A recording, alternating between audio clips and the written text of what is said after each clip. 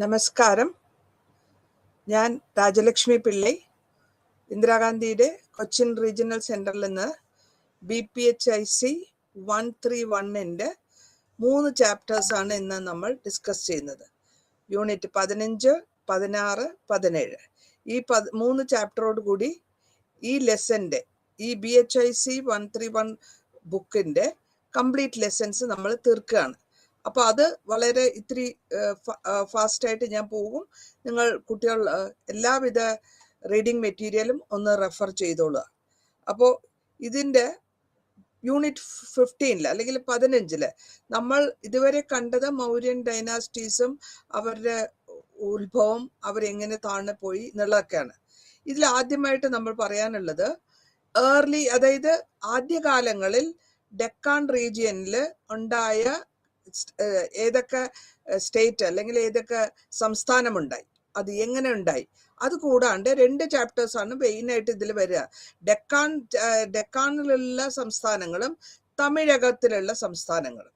ഈ സംസ്ഥാനങ്ങൾ കൂടുതലായിട്ടും ആ സമയത്ത് മേജറായിട്ട് വന്നിട്ടുള്ളത് ഡെക്കാനിലുള്ള ശതവാഹനാസ് എന്നാണ്. അറൗണ്ട് 1000 അല്ലെങ്കിൽ ഫസ്റ്റ് സെഞ്ചുറിയിലാണ് അത് വരുന്നത്, ശതവാഹനാസ്. ഈ ശതവാഹനസിന്റെ ഏരിയാസ് വന്നിട്ട് വെട്ടക്കാം എന്ന് പറഞ്ഞത് സ്ഥലത്ത് തുടങ്ങി, മലമുകൾ തുടങ്ങി കന്യാകുമാരി വരുന്ന ഭാഗത്തിന് നമ്മൾ തമിഴകം എന്ന് പറയുന്നു. ഇത് രണ്ടും കൂടെ ഒരുമിച്ചായിട്ടുള്ള ടോപ്പിക് ആയതുകൊണ്ടാണ് നമ്മൾ ഇങ്ങനെ കൊണ്ടുവന്നിട്ടുള്ളത്. തമിഴകം എന്ന് പറയുന്നത് ഇപ്പോഴത്തെ കാലഘട്ടത്തിൽ നോക്കുകയാണെങ്കിൽ നമുക്ക് തമിഴ്നാട് സ്റ്റേറ്റ്, കേരള സ്റ്റേറ്റ് എന്നുള്ള ആ ഭാഗങ്ങളാണ് വരുന്നത്. പിന്നെ ഡെക്കാൻ എന്ന് പറയുമ്പോൾ സെൻട്രൽ പാർട്ടും.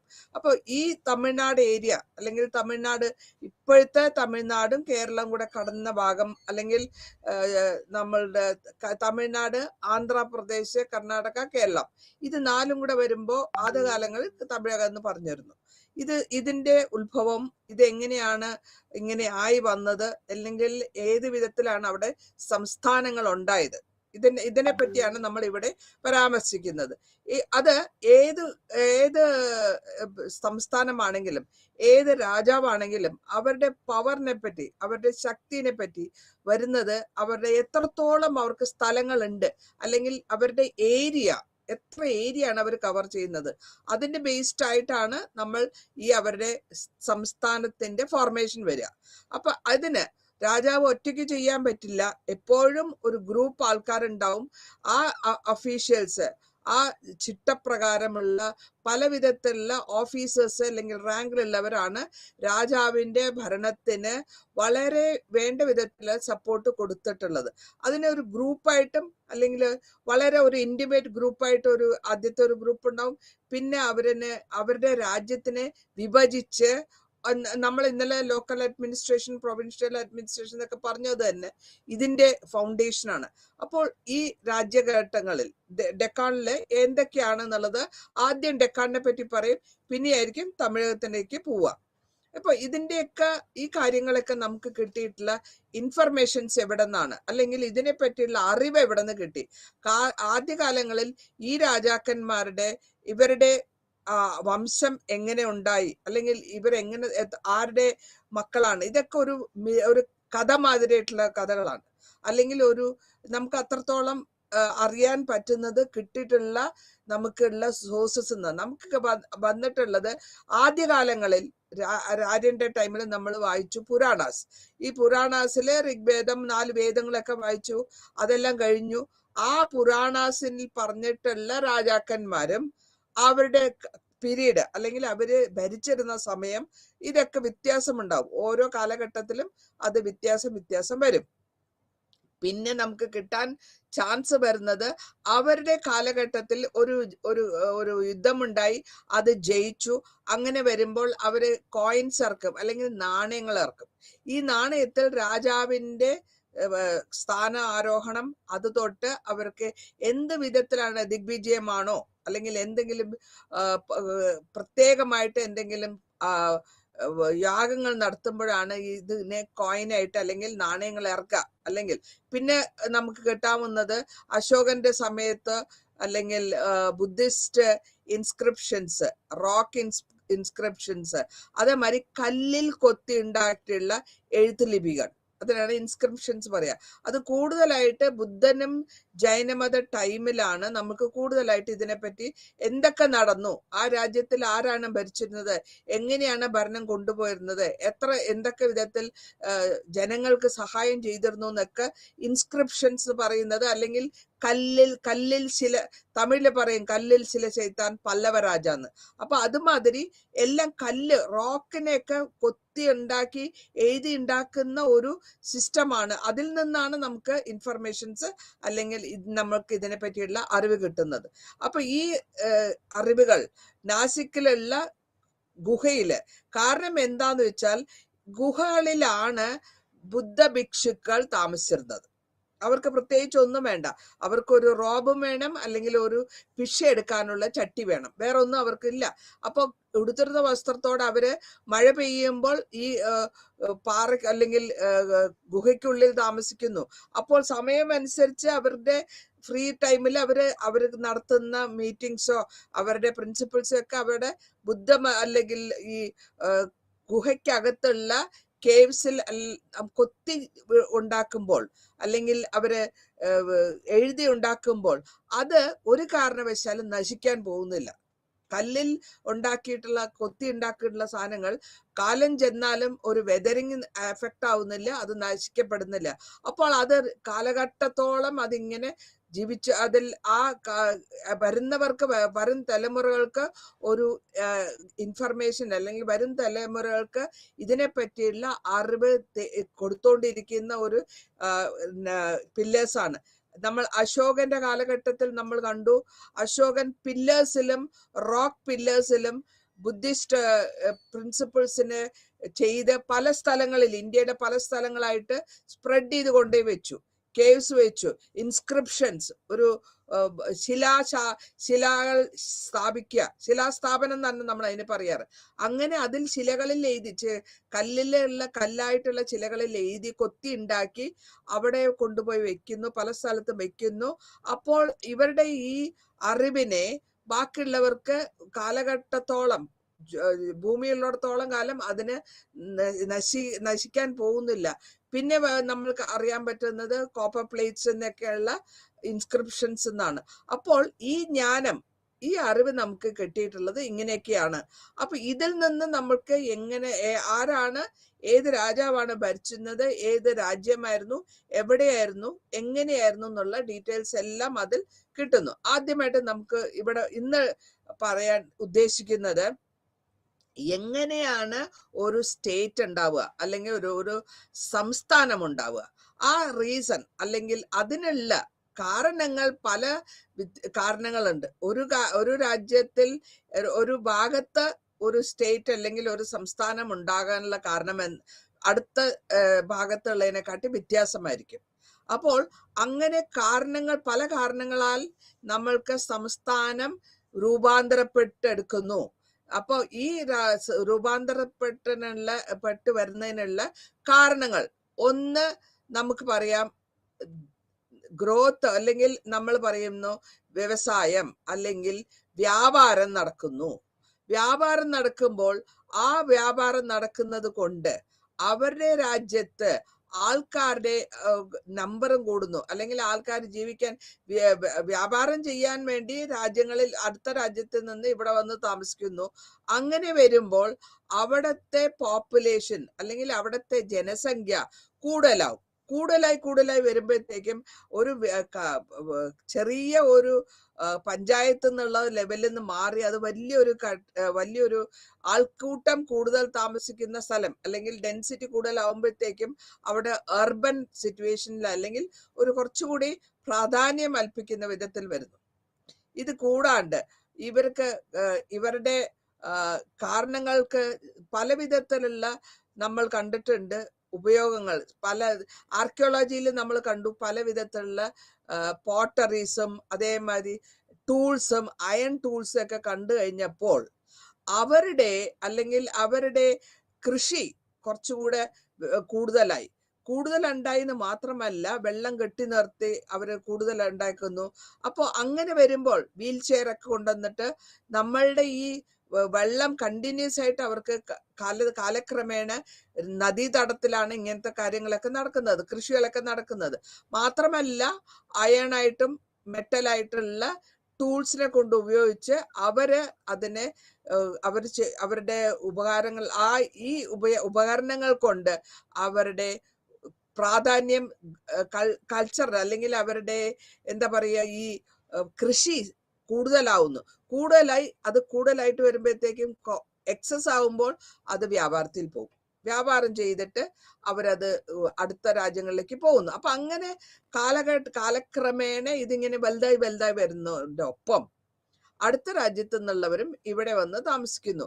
അപ്പൊ നമുക്ക് ഇവിടെ കാണാൻ സാധിക്കുന്നത് എന്താ വെച്ചാൽ ആ ഒരു പ്രത്യേകമായിട്ടുള്ള ഒരു സംസ്ഥാനത്ത് ആ 10 പേരോ അല്ലെങ്കിൽ 10 കുടുംബമോ താമസിക്കുന്ന സ്ഥലത്ത് 100ഉം 1000ഉം 10,000 ആൾക്കാരെ നമ്പർ കൂടുകയാണ്, അല്ലെങ്കിൽ അവരുടെ സംഖ്യ കൂടി വരികയാണ്. അപ്പൊ സംഖ്യ കൂടി വരുമ്പോൾ അതനുസരിച്ചിട്ടുള്ള വ്യത്യാസങ്ങൾ ഇവിടെ കാണും. അതാണ് ഈ രാജാക്കന്മാർ ഇങ്ങനെ അവർക്ക് സ്ഥലങ്ങൾ പിടിച്ചടക്കി അവർ ഫോർമേഷൻ ചെയ്യുന്നു. പിന്നെ ഒരു രാജാവിനും ഭരിക്കപ്പെടുന്ന പ്രജകൾക്കും തമ്മിൽ വ്യത്യാസമുണ്ട്. രാജാവ് അവരവരുടെ രാജകുടുംബത്തിൽ നിന്നുള്ളവരാണെങ്കിൽ പ്രജകൾ സാധാരണക്കാരായ കോമൺ മാൻ ആണ്. അപ്പൊ അവർക്ക് വേണ്ട കാര്യങ്ങൾ വേണ്ട വിധത്തിൽ ഒരു രാജാവ് ചെയ്തു കൊടുത്താൽ ആ രാജാവിന്റെ വംശത്തിനെ അവർ കുറച്ചുകൂടെ റെസ്പെക്ട് ചെയ്യും, അല്ലെങ്കിൽ ആ വംശം കുറച്ചുകൂടെ കണ്ടിന്യൂ ചെയ്യും. നമ്മൾ ഈ കാര്യങ്ങളൊക്കെ രാജധർമ്മം നമ്മൾ മഹാഭാരതത്തിലും രാമായണത്തിലും എപ്പിക്സിലും നമ്മൾ വായിച്ചു. എന്തുകൊണ്ടാണ് രാജാവിന് ഒരു ധർമ്മമുള്ളത്? ആ രാജാവിന്റെ ധർമ്മം ഒരു അച്ഛന്റെ സ്ഥാനത്ത് നിന്നാണ് രാജാവ് അവനവന്റെ പ്രജകളെ ശുശ്രൂഷിക്കുന്നത്, അല്ലെങ്കിൽ അവർക്ക് വേണ്ട കാര്യങ്ങൾ ചെയ്തു തീർക്കുന്നത്. അങ്ങനെ വന്നാൽ മാത്രമേ ആ രാജാവിനോട് അവിടുത്തെ ജനങ്ങൾക്ക് ഒരു കൂറുണ്ടാവുള്ളൂ, അതേമാതിരി ഒരു രാജഭക്തി ഉണ്ടാവുള്ളൂ. അപ്പോൾ അവരുടെ വംശത്തിലുള്ളവരെ പോഴ്ത്തിപ്പാടി അവരുടെ കാര്യങ്ങൾ വളരെ കൃത്യമായിട്ട് ചെയ്തു പോണെങ്കിൽ രാജാവ് എല്ലാ കാര്യങ്ങളിലും നിക്ഷിപ്തമായി വളരെ പ്രത്യേകം ശ്രദ്ധിച്ച് ജനങ്ങളുടെ സന്തോഷം നോക്കി പറഞ്ഞു. അത് മാത്രമല്ല ഇവരുടെ ഈ ജനസംഖ്യ ആയിക്കോട്ടെ, ഭൂമിയിലുള്ള വസ്തുക്കളായിക്കോട്ടെ, എന്തൊക്കെ നാച്ചുറൽ ആയിട്ടുള്ള വസ്തുക്കളായിട്ടുള്ള ഇതിനെയാണ് നമ്മൾ കണ്ടിട്ടുണ്ട്. ആ കാലഘട്ടങ്ങളിൽ അവിടെ ഉണ്ടായിരുന്ന കൃഷി സ്ഥലങ്ങളിൽ ഉണ്ടായിരുന്ന സാധനങ്ങളും ഗോൾഡ് അല്ലെങ്കിൽ മിനറൽസ് ഒക്കെ എടുത്തിട്ട് അതിനെ ഉപയോഗിക്കുന്നു, അവനവന്റെ ആവശ്യത്തിന് വേണ്ടി ഉപയോഗിക്കുന്നു, യുദ്ധത്തിന് വേണ്ടി ഉപയോഗിക്കുന്നു, ജനങ്ങളുടെ നന്മയ്ക്ക് വേണ്ടി. ഇത് ഖനികളൊക്കെ ഉണ്ട്. ഈ ഖനികളിൽ നിന്ന് കിട്ടുന്ന സാധനങ്ങളൊക്കെ അല്ലെങ്കിൽ ധാതു പദാർത്ഥങ്ങളെ നമ്മൾ മാറ്റി മറിച്ച് ഒരു ടൂളായിട്ട് അല്ലെങ്കിൽ ഒരു ചക്രമായിട്ട് മെൽറ്റ് ചെയ്തെടുത്ത് അതിനെ ഉപയോഗിക്കുന്നു. അത് മാത്രമല്ല രാജ്യത്തിന്റെ കൃഷി സംബന്ധമായിട്ടുള്ള വരുമ്പോ എല്ലാ രാജാക്കന്മാരും ഒരു കരം പിരിക്കുക. കരം എന്ന് പറഞ്ഞാൽ ടാക്സ് പിടിക്കുന്നു, എല്ലാത്തിനും ടാക്സുകൾ ഇടിച്ച് ആ ടാക്സിനെ കൊണ്ടാണ് അവരുടെ രാജ്യത്തിൽ എന്തെങ്കിലും നടപ്പിലാക്കാൻ ശ്രദ്ധിക്കുന്നുണ്ടെങ്കിൽ, എന്തെങ്കിലും അവർ വിചാരിക്കുന്നുണ്ടെങ്കിൽ അതിന് വേണ്ട ആവശ്യങ്ങൾക്ക് വേണ്ട ധനം അല്ലെങ്കിൽ അതിന് വേണ്ട സാധനങ്ങൾ, ഈ കൃഷിയിൽ നിന്ന് വരുന്ന ടാക്സ് ഒരു മണിയല്ല ഉദ്ദേശിക്കുന്നത്. കരം അടയ്ക്കുമ്പോൾ നെല്ലാണെങ്കിൽ നെല്ലായിട്ട് കൊണ്ടുപോയി കൊടുക്കാം, അവനവന്റെ ഷെയർ. അപ്പൊ അങ്ങനെ ഇത് രാജാവിന്റെ കൊട്ടാരത്തിന്റെ ആവശ്യങ്ങൾക്കും രാജാവിന്റെ കുടുംബത്തിന്റെ ആവശ്യങ്ങൾക്കും നാട്ടിലുള്ള ജനതകളുടെ ആവശ്യങ്ങൾക്കും എല്ലാ വിധത്തിലും ഈ ടാക്സ് വഴിയും. അപ്പോ രാജാവ് പ്രത്യേകമായിട്ട് സഭകളെ അല്ലെങ്കിൽ ജനങ്ങളെ ശ്രദ്ധിക്കുന്നുണ്ടെങ്കിൽ മാത്രമേ ഈ കാര്യങ്ങൾ വളരെ ക്ലിയർ ആയിട്ട് പോകുള്ളൂ. അതേസമയം ഒരു വനവാസി അല്ലെങ്കിൽ ട്രൈബൽ ആണെങ്കിൽ, ആ ട്രൈബൽ എന്ന് പറയുമ്പോൾ നമ്മൾ പറയുന്നത് കാട്ടിലിരിക്കുന്നവര് അല്ലെങ്കിൽ ഒരു ഗ്രൂപ്പില് പ്രത്യേകം വലിയ അർബനായിട്ട് വലിയ സിറ്റിയിലുള്ളവരല്ല, അല്ലെങ്കിൽ സംസ്ഥാനത്തുള്ള അവരുടെ പവർ എങ്ങനെയാ വെച്ചാല് ഒരു ഗ്രൂപ്പില് മല്ലൻ അല്ലെങ്കിൽ നമ്മള് സാധാരണ കാണാറുണ്ട് ഒരു ഗ്രൂപ്പിന്റെ, അതിന് നമ്മൾ ക്ലാൻ എന്ന് പറയും. ഈ ക്ലാനില് ഒരു ക്ലാനിന് ഒരു അധിപൻ ഉണ്ടാവും. ആ അധിപന്റെ അല്ലെങ്കിൽ ആ ക്ലാനിന്റെ ചീഫിന്റെ അല്ലെങ്കിൽ അതിന്റെ സ്ഥാനത്തിലുള്ളവര് അവിടെ അത് അങ്ങേരും ഇത് സ്വന്തം ഇപ്പോ വനവാസികൾ അല്ലെങ്കിൽ ട്രൈബൽസ് അല്ലെങ്കിൽ ആദിവാസികൾ ഗ്രൂപ്പുകൾ നമ്മൾ കണ്ടിട്ടുണ്ട്. ആ രാജാവിന്റെ അടുത്താണ് അവിടത്തെ എല്ലാ കാര്യങ്ങളും. അവിടെ പ്രത്യേകമായിട്ട് ഒന്നുമില്ല, ഒരൊറ്റ രാജാവ് അല്ലെങ്കിൽ ഒരു അധിപൻ. ഇപ്പൊ നമ്മള് രാമായണത്തിൽ രാമൻ പോകുന്ന സമയത്ത്, നദി കടക്കുന്ന സമയത്ത് അങ്ങേരുടെ കൂടെ ഒരുമിച്ച് ആശ്രമത്തിൽ പഠിച്ചിരുന്ന ഗുഹനെ കാണുന്നു. അവിടെ ഗുഹന്റെ ആൾക്കാരെ കൂടെ, ഗുഹൻ ഒരു വംശത്തിലുള്ള അങ്ങനെ അങ്ങേരുടെ കൂടെ, അതും ചെറിയ രാജാവാണ്. അപ്പോൾ അവിടെ ഒരു വനവാസി അല്ലെങ്കിൽ ഒരു ആദിവാസി എന്നുള്ള ഒരു രാജാവാണ്. എന്നാലും രാജധർമ്മം, രാജാവിന്റെ ധർമ്മം, രാജാവ് എങ്ങനെ ജീവിക്കണം, എന്തൊക്കെയാണ് ചെയ്യേണ്ടതെന്നുള്ളത് അവർക്ക് അറിയാവുന്നതാണ്. അപ്പൊ അതിനെ അവിടെ അവര് ചെയ്യുന്നത് ഒരു വിധത്തിലും അടിച്ചേൽപ്പിക്കില്ല. ഒരു അവരുടെ ഉദ്ദേശവും അല്ലെങ്കിൽ ഡിസിഷനും അല്ലെങ്കിൽ അവർക്ക് ഉദ്ദേശിക്കാൻ ചെയ്യാൻ എന്നത് അടിച്ചേൽപ്പിക്കുകയല്ല. അവരെ എല്ലാരെയും ഇരുത്തി എല്ലാവരുടെ കൂടെ ഒന്ന് അവിടെ ആൾക്കാരുടെ നമ്പർ കുറവായിരിക്കും. ആ ക്ലാനിന്റെ അല്ലെങ്കിൽ ആ ഗ്രൂപ്പിലുള്ളവരുടെ നമ്പർ കുറവായിരിക്കും. അപ്പൊ നമ്പർ കുറവാകുമ്പോൾ അവർക്ക് എല്ലാവരുടെ അഭിപ്രായങ്ങളും കൂടെ അനുസരിച്ച് അല്ലെങ്കിൽ വിശ്വസിച്ച് എല്ലാം ഒരു ഡിസിഷൻ എടുക്കുന്നത് അല്ലെങ്കിൽ ഒരു തീരുമാനത്തിൽ കൊണ്ടുവരുന്നത് ഇവരുടെയൊക്കെ ഒപ്പത്തിനൊപ്പം നിന്നിട്ടുള്ള അവരുടെ സഹായ സഹകരണങ്ങളോട് കൂടിയാണ്. അപ്പോ ഇങ്ങനെ വരുമ്പോൾ ഈ ക്ലാനിന്റെ ഒരു അല്ലെങ്കിൽ ഈ അധിപന്റെ ആ അധിപനോടുള്ള ലോയൽറ്റിയും വളരെ ക്ലിയർ ആയിട്ട് നമുക്ക് മനസ്സിലാക്കാൻ പറ്റും. കാരണം ഈ അവരുടെ അധിപൻ അല്ലെങ്കിൽ ട്രൈബൽ അധിപൻ അല്ലെങ്കിൽ ആദിവാസി മല്ലൻ അപ്പൊ അങ്ങനെയുള്ളവരോട് എൻ്റെ അച്ഛന്റെ സ്ഥാനത്താണ് ഞാൻ കാണുന്നെന്നുള്ള ലെവലിൽ വരുമ്പോഴത്തേക്കും അവര് ആ അച്ഛനായിട്ടുള്ള രാജാവ് അല്ലെങ്കിൽ ചീഫ്, ആ ഗ്രൂപ്പിന്റെ ചീഫ് ഈ ആൾക്കാർക്ക് വേണ്ടത്, മക്കൾക്ക് നമ്മൾ എന്ത് ചെയ്യുന്നു, മക്കളുടെ കാര്യത്തിൽ നമ്മൾ എത്രത്തോളം സൂക്ഷ്മതയോടെ ചെയ്യുന്നു അതേമാതിരി അവിടെ ചെയ്തു കൊടുക്കുന്നു. അപ്പൊ അങ്ങനെ ചെറിയ ചെറിയ കാര്യങ്ങൾ, ചെറിയ ഗ്രൂപ്പാണ് ആദ്യം ഫോം ചെയ്യുന്നത്. പിന്നെ വരുന്നു ഇതിന്റെയൊക്കെ ജോഗ്രഫി അല്ലെങ്കിൽ ഇതിന്റെയൊക്കെ അനഡോക്സ് എത്രത്തോളം റിട്ടേൺ ആണ് അല്ലെങ്കിൽ എന്തൊക്കെ ഇൻഫർമേഷൻസ് ആണ് നമ്മൾ കാണുന്നത്. ഏറ്റവും വലിയ ഏറ്റവും ചെറുതായിട്ട് നമ്മൾ കാണുന്നത് ഈ ഞാൻ ഇപ്പൊ പറഞ്ഞ ഗ്രൂപ്പാണ്. ആദിവാസികളായിരിക്കാം, അതാണ് അവരുടെ ഏറ്റവും ചെറിയ ഗ്രൂപ്പ്. 10 പേരോ 12 പേരോ ഉണ്ടാവും അല്ലെങ്കിൽ 20 പേരുണ്ടാവും ഒരു ഗ്രൂപ്പില്. അതിന് ഒരു തലവൻ, അങ്ങേരാണ് ആ തലവന്റെ തലസ്ഥാനം അല്ലെങ്കിൽ അതിന്റെ അധികാരി അല്ലെങ്കിൽ അവരെ നയിക്കുന്ന നായകൻ അല്ലെങ്കിൽ ലീഡർ. അങ്ങനെ വരുന്നു. ഇതിനെ പറ്റിയൊക്കെ വളരെ ക്ലിപ്തമായിട്ട് വളരെ സ്പഷ്ടമായിട്ട് പുരാണത്തിൽ പറഞ്ഞിട്ടുണ്ട്. പുരാണത്തിൽ ഇങ്ങനെ പല ഗ്രൂപ്പുകൾ തമ്മിൽ അല്ലെങ്കിൽ പല ഗ്രൂപ്പുകൾ താമസിച്ചിരുന്നു. എവിടെ താമസിച്ചിരുന്നു? അത് ആന്ധ്രാസ്, സബാസ്, പുലിയനാസ് എന്നാണ് ഇവരെ ഡക്കാണിൽ താമസിച്ചിരുന്നവരുടെ പേര്. ഇവരെ അറിയപ്പെട്ടിരുന്നത് ഇങ്ങനെയാണ്. അപ്പോ ഈ പുരാണത്തിൽ ഡക്കാൻ ഏരിയയിൽ ഉള്ളവരുടെ കാര്യങ്ങൾ ഈ കുറച്ച് ചെറിയ ചെറിയ ചെറിയ ഗ്രൂപ്പുകൾ ഇങ്ങനെ ജീവിച്ചു കൊണ്ടിരുന്നു. അവർ തമ്മിൽ അവരുടെ എല്ലാ കാര്യങ്ങളും അവർ ഡിസൈഡ് ചെയ്യുമ്പോൾ ഇരുന്ന് സംസാരിച്ചിട്ടാണ് ചെയ്യുന്നത്. ഇതേ സമയം മൗര്യൻ ടൈമില്, ചന്ദ്രഗുപ്ത മൗര്യന്റെ ടൈമില് നമ്മൾ കണ്ടു ആ ചന്ദ്രഗുപ്ത മൗര്യന്റെ സ്ഥലങ്ങൾ അല്ലെങ്കിൽ എൻ്റെ ഏരിയ, ഞാൻ ഭരിക്കുന്ന സ്ഥലത്തിന്റെ എക്സ്പാൻഷൻ അല്ലെങ്കിൽ അത് ബൽദാക്കി എടുക്കുക. അങ്ങനെ ബൽദാക്കി എടുക്കുമ്പോൾ അവർ വലിയ ഇമ്പോർട്ടൻ്റ് ആയിട്ടുള്ള, നമ്മള് ഹിസ്റ്ററിയിൽ പറയാറുണ്ട് മൈറ്റി മൗര്യൻസ് എന്ന്. കാരണം അത്രത്തോളം പവർഫുൾ ആണ്. ഇന്നലെ ഞാൻ പറഞ്ഞു എന്തുകൊണ്ടാണ് അത്രയും പവർ അവർക്ക് കിട്ടിയെന്ന് വെച്ചാൽ അവരുടെ അഡ്മിനിസ്ട്രേഷൻ വളരെ ക്ലിയറായിട്ട് അവര് ഡിവൈഡ് ചെയ്ത് ഓരോരുത്തർക്ക് സ്ഥാനം കൊടുത്ത് സ്ഥാനത്തിന് ഓരോ ഗ്രൂപ്പായിട്ട് മാറ്റി അവർക്ക് വേണ്ടതായ റെസ്പോൺസിബിലിറ്റി ഏൽപ്പിച്ചു കഴിഞ്ഞാൽ പിന്നെ അത് അവരുടെ ജോലിയാണ് ചെയ്യാന്നുള്ളത്. അത് മാത്രമല്ല അത്രയും ക്ലിയർ ആയിട്ട് ചെയ്തിട്ട് അവർക്ക് അതുകൊണ്ട് ബെനിഫിറ്റ് ഉണ്ടായി.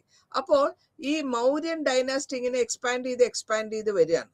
അപ്പൊ എക്സ്പാൻഡ് ചെയ്ത് ചെയ്യുമ്പോഴത്തേക്കും നാട്ടിലുള്ള ഖനികളിൽ നിന്നുള്ള സാധനങ്ങൾ, നാട്ടിലുള്ള ടെക്സ്റ്റൈൽസ്, നാട്ടിൽ എന്തൊക്കെ ഉണ്ടോ നാച്ചുറൽ റിസോഴ്സസ് അല്ലെങ്കിൽ ഭൂമിയിൽ നിന്ന് കിട്ടാവുന്ന സാധനങ്ങളെയൊക്കെ എടുത്ത് അതിന്റെ രൂപം മാറ്റി അതിനെ അവർ വേണ്ട വിധത്തിൽ ഉപയോഗിച്ച ശേഷം അത് ഇവിടെ നിന്ന് മഗധ എന്ന് പറയുന്ന ക്യാപിറ്റലായ മഗധ, മൗര്യൻസിന്റെ മഗധയിലേക്ക് കൊണ്ടുപോകുന്നു. അപ്പൊ ഇവരിങ്ങനെ വലുതായി വരുമ്പോഴത്തേക്കും അവർക്ക് ആവശ്യമുള്ള സ്ഥലങ്ങൾ വലുതാകുമ്പോഴത്തേക്കും അവരുടെ കൺട്രോള്, അവരുടെ ആർമി വലുതാവുന്നു, നേവി വലുതാവുന്നു, അവരുടെ കാലാൽപ്പട വലുതാവുന്നു, എല്ലാം വലുതാക്കി കൊണ്ടുവന്ന് അവരുടെ ബിസിനസ് വ്യവസായം വലുതാവുന്നു. അവരുടെ കാര്യകാരണങ്ങൾ ആൾക്കാർ ടൗണിൽ അല്ലെങ്കിൽ നമ്മളുടെ സഭയിൽ തന്നെ അതിനെ സംബന്ധിച്ച് രാജാവിന് വേണ്ട വിധത്തിൽ എല്ലാവിധ സപ്പോർട്ടും കൊടുക്കാനും അറിവ് കൊടുക്കാനും രാജാവിനെ കൊണ്ട് വേണ്ട വിധത്തിൽ ജനങ്ങൾക്ക് എത്രത്തോളം നന്നായിട്ട് ഭരിക്കാൻ പറ്റുന്നുള്ളതിനുള്ള പുരോഹിതന്മാരും ഫിലോസഫേഴ്സും ഓരോ സിസ്റ്റത്തിൽ, ഇന്നലെ ഞാൻ പറഞ്ഞു അവരുടെ ഓരോ അഡ്മിനിസ്ട്രേഷനിലെ ഓരോ ഓഫീസേഴ്സ്, ഈ ഓഫീസേഴ്സ് ആണ് രാജാവിന് വേണ്ട ഉപദേശം ചെയ്യുന്നത്. അപ്പൊ അങ്ങനെ വരുമ്പോൾ അവര് നാച്ചുറൽ ആയിട്ടുള്ള റിസോഴ്സസും എക്സ്പ്ലോയിറ്റ് ചെയ്യുക, അല്ലെങ്കിൽ അത് മാക്സിമം യൂട്ടിലൈസ് ചെയ്ത് അവരുടെ ശക്തിനെ കൂട്ടി കൊണ്ടുവന്നു. ഇനി അത് കൂടാണ്ട് അങ്ങോട്ട് ശക്തി കൂട്ടിക്കൊണ്ടുവന്നപ്പോഴത്തേക്കും അവരുടെ എപ്പോഴും സ്ഥലങ്ങൾ അല്ലെങ്കിൽ മാർക്കറ്റ് ഉണ്ടാക്കി ഈ മാർക്കറ്റിലൊക്കെ വന്നിട്ട് അവരെ സാധനങ്ങൾ വിൽക്കുക, പരസ്പരം വിറ്റ് അല്ലെങ്കിൽ പരസ്പരം എക്സ്ചേഞ്ച് ചെയ്ത് ജീവിച്ചു. അപ്പൊ അങ്ങനെ വരുമ്പോൾ ഇവിടെ നമുക്ക് കാണാൻ പറ്റുന്നത് ഒരു മനുഷ്യന്മാർ തമ്മിലുള്ള ഇന്ററാക്ഷനാണ്, അല്ലെങ്കിൽ പരസ്പരം ഉള്ള വിശ്വാസം, പരസ്പരമുള്ള ബന്ധം. എനിക്ക് വേണ്ടത് ഞാൻ ഇന്ന ദിവസം മേടിക്കും. അങ്ങനെ വരുമ്പോൾ ഇവര് ശതവാഹനസിന്റെ കാര്യഘട്ടങ്ങളിൽ ഇത് മാത്രമല്ല അവർ ചെയ്തത്, അവരുടെ ഈ കൊച്ചു രാജ്യങ്ങള് അല്ലെങ്കിൽ കൊച്ചു ഗ്രൂപ്പിനെ നമ്മൾ ആ സമയത്ത് ഡെക്കാണില് അവരുടെ പേര് ചെറിയ, നേരത്തെ ഞാൻ പറഞ്ഞ ഗ്രൂപ്പിന്റെ തലവന്റെ അല്ലെങ്കിൽ ആ ഗ്രൂപ്പിനെ നമ്മൾ മറാത്തീസ് എന്ന് പറയും. അവരെ ഇവരെന്താ ചെയ്തെച്ചാല് ഒരുമിച്ച് കൂട്ടി എങ്ങനെയെന്ന് വെച്ചാല് അവരുടെ അടുത്ത് മാരേജ്, കല്യാണം വഴി അല്ലെങ്കിൽ ബന്ധുത്വം സ്ഥാപിക്കാണ്.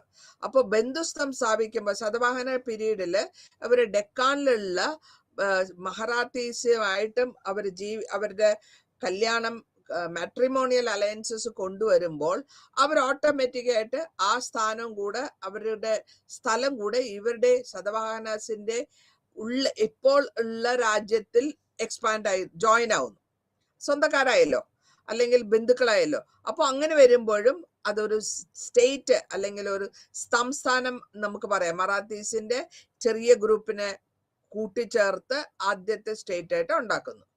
പിന്നത്തെ കാര്യം പറയുന്നത് ഇവിടെ നമ്മള് പ്ലാറ്റൂ റീജിയൻ, മാൽവ പ്ലാറ്റൂ റീജിയൻ ആണ് ഡെക്കാൻ. അപ്പോ പ്ലാറ്റൂ റീജിയനില് നമ്മൾ കണ്ടിട്ടുണ്ട് ഡെക്കാൻ പ്ലാറ്റൂ റീജിയൻ ഇപ്പോഴത്തെ മഹാരാഷ്ട്ര ഭാഗങ്ങളൊക്കെ സെൻട്രൽ പാർട്ട് ഓഫ് ഇന്ത്യ ആണ്. അപ്പൊ അങ്ങനെ വരുമ്പോൾ അവിടെ നല്ല ബ്ലാക്ക് സോയിൽ ആണ് ഉള്ളത്, കോട്ടൺ കൾട്ടിവേഷൻ നല്ലപോലെ ഉണ്ട്. അതേമാതിരി അവർക്ക് പല വിധത്തിലുള്ള മിനറൽസ് ഡെപ്പോസിറ്റ്സ് ഉണ്ട്. ഇതിനെയൊക്കെ അവർ യൂട്ടിലൈസ് ചെയ്യും. ഈ യൂട്ടിലൈസ് ചെയ്തിട്ട് അവരുടെ വ്യാപാരം വലുതാക്കി എടുക്കുകയാണ്.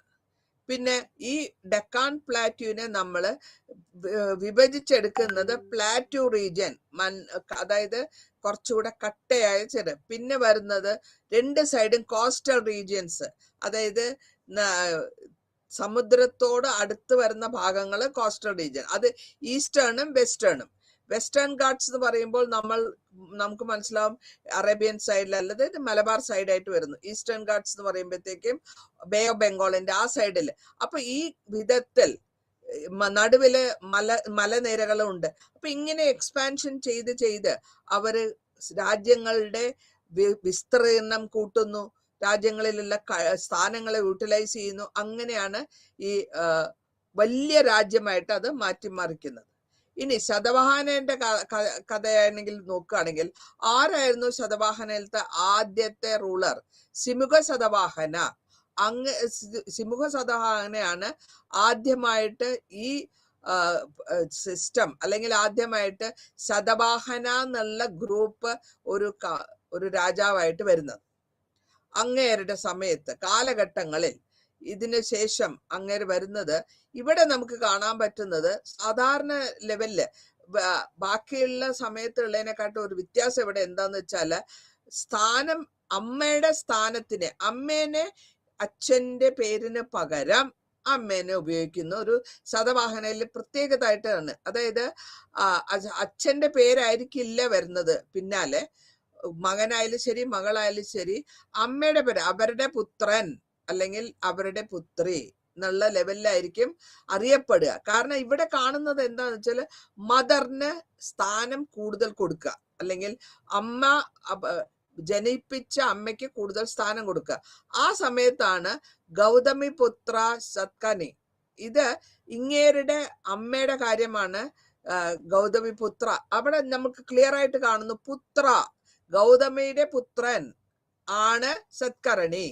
അപ്പൊ ഇതിന് അമ്മേനെ പറ്റിയുള്ള ഡീറ്റെയിൽസും ഒക്കെ നമുക്ക് കാണുന്നത് എഗെയിൻ ഞാൻ നേരത്തെ പറഞ്ഞ മാതിരി ഗുഹയുടെ നാസിക്കിലുള്ള ഗുഹയിൽ കണ്ടു. അവിടെ ഡീറ്റെയിൽസ് ഒക്കെ കല്ലിൽ കൊത്തിയിട്ടുണ്ടായിരുന്നു. ഈ കല്ലിൽ കൊത്തിയ ഇൻഫർമേഷനിൽ നിന്നാണ് നമ്മൾക്ക് സ്ത്രീയുടെ പ്രാധാന്യം അല്ലെങ്കിൽ അമ്മയുടെ പ്രാധാന്യം മനസ്സിലാക്കുന്നത്. അതേമാതിരി സത്കർണിയുടെ ഭാര്യ അല്ലെങ്കിൽ വൈഫ് അങ്ങേര് മരിച്ചപ്പോൾ ക്വീൻ, അവരുടെ പേരാണ് നായിക. അവര് ഈ സാധാരണ ഇതിനു മുമ്പ് നമ്മൾ വേദിക് സിവിലൈസേഷനിൽ ഇത് കണ്ടിട്ടില്ല. അവര് മെയിൽ ഡോമിനേഷൻ അല്ലെങ്കിൽ പുരുഷ മേധാവിത്വമാണ് കണ്ടത്. ഇവിടെ നമ്മൾ കാണുന്നത് എന്താ വെച്ചാല് ശതവാഹനയുടെ ഗ്രൂപ്പില് സ്ത്രീകൾക്ക് സ്ഥാനം കൊടുത്തു. അവർക്ക് പൂജ ചെയ്യാനും വേദിക്കായിട്ടുള്ള സാക്രിഫൈസ് ചെയ്യാനും ഉള്ള സ്വാതന്ത്ര്യം കിട്ടും. ഇതിലെ ഏറ്റവും വലിയ ഒരു അച്ചീവ്മെന്റ് എന്ന് പറയുന്നത് ഇത് തന്നെയാണ്. അവരുടെ സ്ത്രീക്ക് ഇങ്ങനെ വരുമ്പോൾ അവർ അതിനെ യൂട്ടിലൈസ് ചെയ്യുന്നു, അമ്മയ്ക്ക് സ്ഥാനം കൊടുക്കുക എന്നുള്ളതാണ്. അപ്പോ ഇതിന്റെ പിന്നൊരു കാര്യം പറയുന്നത്, ഈ രാഷ്ട്രപദാസ് വെസ്റ്റേണിലും അല്ലെങ്കിൽ ദക്കാന്റെയും ഗുജറാത്തിന്റെയും അവിടെയുള്ള രാജാക്കന്മാരെ ഡിഫീറ്റ് ചെയ്തും അവർ എക്സ്പാൻഷൻ കൊണ്ടുവന്നു. എന്തുകൊണ്ടാണ് നമ്മൾ ഇത്രത്തോളം വാറിൽ ജയിക്കാൻ പറ്റുന്ന വെച്ചാല് നമ്മള് പ്രസന്റ് ബോംബെ ഏരിയ, കല്യാൺ ഏരിയയില് ഇവരുടെ പുറത്തുള്ള രാജ്യങ്ങളുമായിട്ടുള്ള ബന്ധം, അല്ലെങ്കിൽ ആ ഷിപ്പുകൾ വരുന്നു അല്ലെങ്കിൽ കപ്പലുകൾ വരുന്നു, ബന്ധം, ബിസിനസിന്റെ ബന്ധം, ആ ബിസിനസിന്റെ ബന്ധം കാരണവും വാറിൽ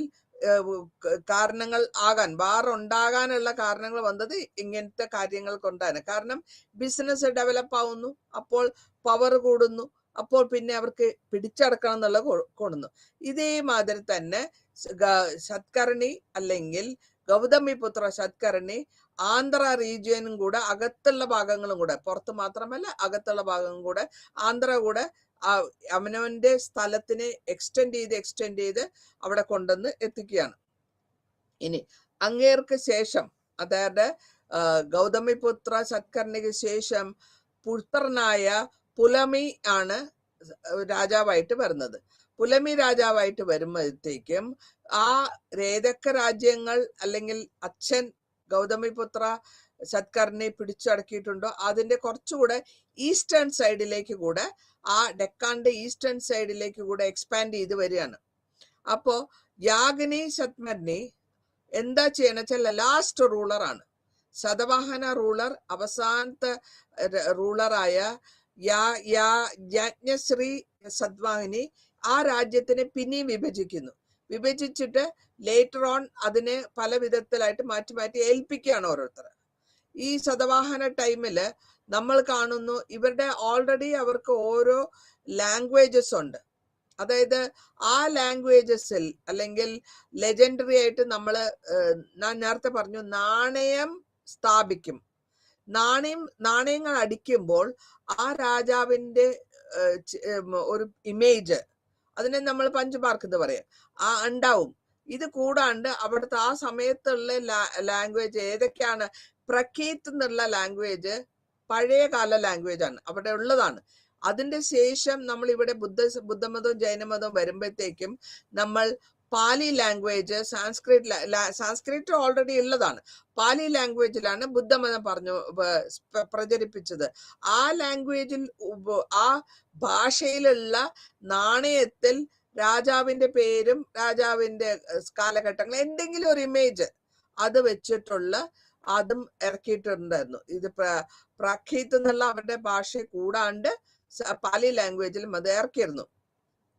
കാരവേല എന്ന് പറയുന്ന രാജാവ് പവറിൽ വന്നപ്പോൾ അല്ലെങ്കിൽ രാജാവായ സമയത്ത് കലിംഗ വരെ വന്നിട്ടുണ്ട്. അത് കൂടാണ്ട് കലിംഗ കൂടാണ്ട് അങ്ങേരുടെ ആർമീനെ ഈവൻ കുറച്ചുകൂടെ വെസ്റ്റേൺ സൈഡിലേക്ക് അയച്ച് യുദ്ധങ്ങൾ പ്രഖ്യാപിക്കുകയും അതിനുശേഷം യുദ്ധം ജയിക്കുമ്പോൾ പിന്നെയും ഈ നാണയങ്ങൾ അല്ലെങ്കിൽ അച്ചടിച്ച് ഇറക്കിയിട്ടാണ് അവരുടെ വിജയം ആഘോഷിച്ചിരുന്നത്.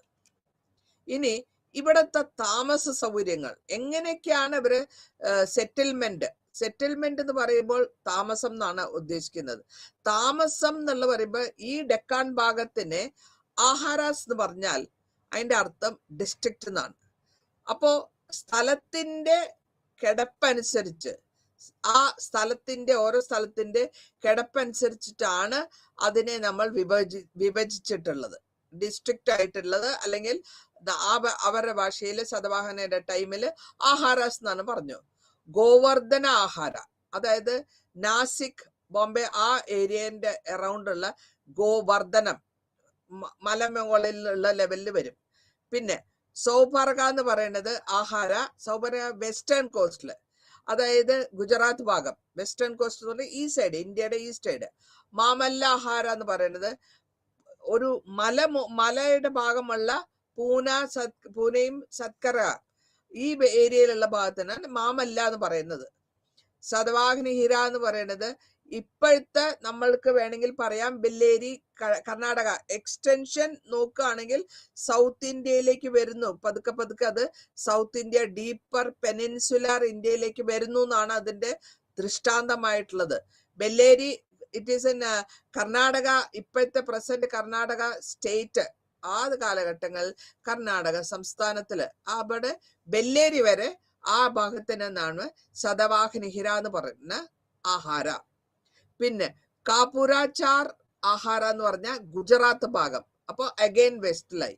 അപ്പോ ഇവരുടെ സ്ഥലങ്ങൾ ഇങ്ങനെ പല വിധത്തിൽ ഡിസ്ട്രിക്റ്റ് ആയിട്ടോ അല്ലെങ്കിൽ ആഹാരമായിട്ടോ ഭാഗിച്ച് അവിടെയാണ് അവരുടെ ഏരിയയിലുള്ളവർ അവിടെ താമസിച്ചിരുന്നു. ഇനി ഇത് വെസ്റ്റ് കോസ്റ്റിൽ വരുമ്പോ ഏത് വിധത്തിലാണ് അകത്തുള്ള കാര്യങ്ങൾ നടത്തിക്കൊണ്ടിരുന്നത്? രണ്ട് കോസ്റ്റൽ റീജിയൻ, ഈസ്റ്റേൺ കോസ്റ്റും വെസ്റ്റേൺ കോസ്റ്റിലും നമുക്ക് കാണാൻ പറ്റുന്ന ഒരുപാട് പോർട്ടുകളാണ്, അല്ലെങ്കിൽ കടൽ ഈ നാവിക കപ്പൽ വഴി സാധനങ്ങൾ കൊണ്ടുപോകുന്ന സ്ഥലം, കപ്പൽ അടുക്കാനുള്ള പോർട്ടാണ് കാണുന്നത്. ഈ വെസ്റ്റേൺ കോസ്റ്റിലും കൊങ്കൺ കോസ്റ്റിലും ഇവര് പോർട്ട് വഴി നിറയെ പോർട്ടുകൾ നമ്മൾ കാണുന്നുണ്ട്. ഈവൻ നമുക്ക് ആ കാലഘട്ടങ്ങളിൽ കേരളത്തിൽ നമ്മൾ കൊടുങ്ങല്ലൂർ ഒരു പോർട്ടായിട്ട് നമ്മൾ ഉപയോഗിച്ചിരുന്നു. കപ്പൽ അടുക്കാനുള്ള, ചെറിയ കപ്പലായാലും അടുക്കാനുള്ള സൗകര്യങ്ങൾ. അങ്ങനെ വരുമ്പോൾ കാലഘട്ടത്തിൽ പല സാധനങ്ങളും ഇവിടെ നിന്ന് പുറത്തുള്ള രാജ്യങ്ങളിലേക്കേക്ക്, ഇറാനിലേക്കും ഇറാഖിലേക്കും അല്ലെങ്കിൽ പേർഷ്യയിലേക്ക് പോകുന്നു. അങ്ങനെയാണ് വ്യവസായം അല്ലെങ്കിൽ വ്യാപാരം നടക്കുന്നത്. പിന്നെ നമ്മൾ ഇവിടെ കാണുന്നത് എന്താന്ന് വെച്ചാല് ഒരു ചെറിയ Gulf of Cambay to Broach, ഇത് പുറത്തു വന്ന് നിൽക്കുന്ന കപ്പലിനെ രാജാവിന്റെ അധീനതയിലുള്ള ഫിഷർമാൻ ഗ്രൂപ്പുകാരാണ് പോയിട്ട് വിളിച്ചു കൊണ്ടുവരിക. അതായത് ആ ചെറിയ ലൈക്ക് ട്രാഫിക് ബ്ലോക്ക് വരുന്ന മാതിരി ഉള്ള ഭാഗങ്ങള്, ഈവൻ കടലിലും ഇങ്ങനത്തെ ഭാഗങ്ങള് കടലിടുക്കുകളുണ്ട്. അപ്പൊ ആ കടലിടുക്ക് വരുമ്പോൾ ചെറിയ കപ്പലുകൾ, ചെറിയ ബോട്ട്, ഫിഷർമാൻ ബോട്ട് പോയിട്ട് അതിനെ ഗൈഡ് ചെയ്ത് കൊണ്ടുവരും. അതങ്ങനെയാണ് ആ ഗൾഫില് കാംബയിലേക്ക് അവർ കൊണ്ടുവന്നിരുന്നത്. അപ്പോൾ ഇതിന്റെയൊക്കെ അർത്ഥം എന്താണ്? നല്ല വിധത്തിൽ ബിസിനസ് നടക്കുന്നു എന്നുള്ളതാണ് അർത്ഥം. ഇനി ഇതിന്റെയൊക്കെ കോൺസെൻട്രേഷൻ, അതിന്റെയൊക്കെ ചുറ്റുവട്ടാരങ്ങളിൽ നാസിക്കില്, ജുനാറില്, അപ്പർ കൃഷ്ണ, കോലാപൂരിലൊക്കെ ഓരോ വിധത്തിലുള്ള ആൾക്കാരും താമസിക്കാനും അല്ലെങ്കിൽ ബിസിനസ് നടക്കാനും അവർ സെറ്റിൽമെന്റ് കൂടുതലായി. അങ്ങനെ സെറ്റിൽമെന്റ് വരുമ്പോൾ അവരുടെ വീടൊക്കെ വന്നിട്ട് കുറച്ചുകൂടെ മോഡിഫൈഡ് ആയിട്ട്, കാരണം അവർക്ക് ബിസിനസ് ഡെവലപ്പ് ആകുന്നതനുസരിച്ച് അവരുടെ കോട്ടകൾ കെട്ടുന്നു, ബ്രിക്ക് ഉപയോഗിക്കുന്ന, ചുടുകട്ട ഉപയോഗിക്കുന്നു, ഫ്ലോറൊക്കെ നല്ല റാംഡ് ക്ലേ ഉപയോഗിക്കുന്നു, റൂഫിനാണെങ്കിൽ വുഡൻ പാനൽ വെച്ചിട്ട്, മരം കൊണ്ടുള്ള പോസ്റ്റ് കൊടുത്തിട്ട് അതിന്റെ മേലെ ചുട്ട ടൈല് വെച്ചിട്ടുള്ള കവേർഡ് വീടുകൾ അല്ലെങ്കിൽ കവേർഡ് ഹെഡ്, നമ്മളുടെ മേൽക്കൂര ഉപയോഗിച്ചിട്ട് അതിൽ നിന്ന് നമുക്ക് മനസ്സിലാക്കാൻ പറ്റുന്നത് നല്ല വിധത്തിലുള്ള വീടുകൾ കെട്ടി അവര് താമസിച്ചിരുന്നു ഇൻലാൻഡിൽ. അല്ലെങ്കിൽ അവരുടെ താമസ സൗകര്യം വളരെ തൃപ്തികരമായിട്ട് അവർ അല്ലെങ്കിൽ ഉണ്ടാക്കി എന്നുള്ളതാണ് അതിന്റെ അർത്ഥം. ഇനി ഇതിന്റെ അഡ്മിനിസ്ട്രേഷൻ എങ്ങനെയാന്ന് വെച്ച് കഴിഞ്ഞാൽ ശതവാഹന വളരെ സിമ്പിളാണ്. നമ്മുടെ മൗര്യാസ്മാരി വളരെ കോംപ്ലിക്കേറ്റഡ് ഒന്നല്ല, വളരെ സിമ്പിൾ ആയിട്ടുള്ള റൂളിംഗ് ആയിരുന്നു നടന്നിരുന്നത്. ഓരോ മന്ത്രിമാർക്കും ഓരോ ഫംഗ്ഷൻ ഉണ്ട്. അത് രാജാവ് ഡയറക്റ്റ് ആയിട്ട് അവരെ അപ്പോയിന്റ് ചെയ്യുന്നു. രാജാവ് ഡയറക്റ്റ് ആയിട്ട് വേറെ ആൾക്കാർ വഴിയല്ല, നേരിട്ടായിട്ട്. ഇതിനും ഇവരിവിടെ ചെയ്യുമ്പോൾ അവർക്ക് ഒരു വിധത്തിലും അച്ഛൻ മിനിസ്റ്റർ ആണ് അല്ലെങ്കിൽ ആണെന്ന് പറഞ്ഞിട്ട് മകൻ ആയിക്കൊള്ളണമെന്ന് നിർബന്ധമില്ല. കാരണം അവർക്ക് അവിടെ ഹെറിഡിറ്ററി സിസ്റ്റം ആയിട്ട് അപ്പോയിന്റ്മെന്റ് നടത്തിയിരുന്നില്ല. സ്റ്റേറ്റിന്റെ റവന്യൂവിൽ എങ്ങനെയൊക്കെ ഉപദേശം കിട്ടുന്നു അതനുസരിച്ച് പോകുന്നു. പിന്നെ ഒരു പുതിയതായിട്ട് നമുക്ക് ശതവാഹനയിൽ കാണാൻ പറ്റുന്നത് എന്താ വെച്ചാൽ സ്ഥലങ്ങൾ മേടിക്കുക, അതിന് ബുദ്ധ ഭിക്ഷുവിന് സംഘത്തിന് ദാനം ചെയ്യുക. ഈ ദാനം ചെയ്യല് ആദ്യമായിട്ട് ഇവരാണ് സ്റ്റാർട്ട് ചെയ്ത് ശതവാഹനസ് ആണ് സ്റ്റാർട്ട് ചെയ്ത് വെച്ചിട്ടുള്ളത്. അപ്പൊ ഈ ദാനം ചെയ്ത സ്ഥലത്തിൽ ഉള്ള റവന്യൂ അല്ലെങ്കിൽ അതിനെ ഒരു കാരണവശാലും അതിനെ അവർക്ക് ഭരിക്കുന്നവർ കയറി ഉപദ്രവിക്കില്ല.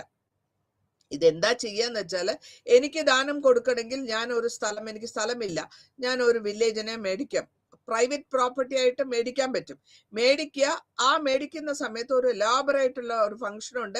അതിനെ ആദ്യം അസംബ്ലിയിൽ പറയും, ഇന്നയാള് ഇന്ന സ്ഥലം മേടിക്കാൻ പോകുന്നു എന്ന് അസംബ്ലിയിൽ ഡിസ്കസ് ചെയ്യും. പിന്നെ അതിനെ എഴുതി ഉണ്ടാക്കും, കോപ്പർ പ്ലേറ്റിലോ ക്ലോത്തിലോ ഒരു ഓഫീസർ എഴുതി ഉണ്ടാക്കും. അതിനുശേഷം ഇതിനെ കൊണ്ടുപോയി ആർക്കാണോ കൊടുക്കേണ്ടത് അവർക്ക് ആ റെക്കോർഡാണ് കൊടുക്കുന്നത്. റെക്കോർഡ് കൊടുക്കുമ്പോഴത്തേക്കും അവർക്ക് ക്ലിയർ ആയിട്ട് ഇത് നമ്മൾക്ക് ഇപ്പോഴത്തെ രജിസ്ട്രേഷൻ ഫോർമാലിറ്റീസ് എന്ന് വേണമെങ്കിൽ പറയാം. അപ്പോൾ അവർക്ക് തന്റെ പേരിലായിട്ടുള്ള സ്ഥലം കിട്ടുന്നു. അപ്പൊ ഇതൊക്കെ മെയിൻറ്റെയിൻ ചെയ്യാൻ ഒരു ഡീറ്റെയിൽഡ് അക്കൗണ്ട് മെയിൻറ്റെയിൻ ചെയ്യുന്നുണ്ട്. അപ്പൊ ഇങ്ങനത്തെ സോഴ്സസ് ഇതിങ്ങനെ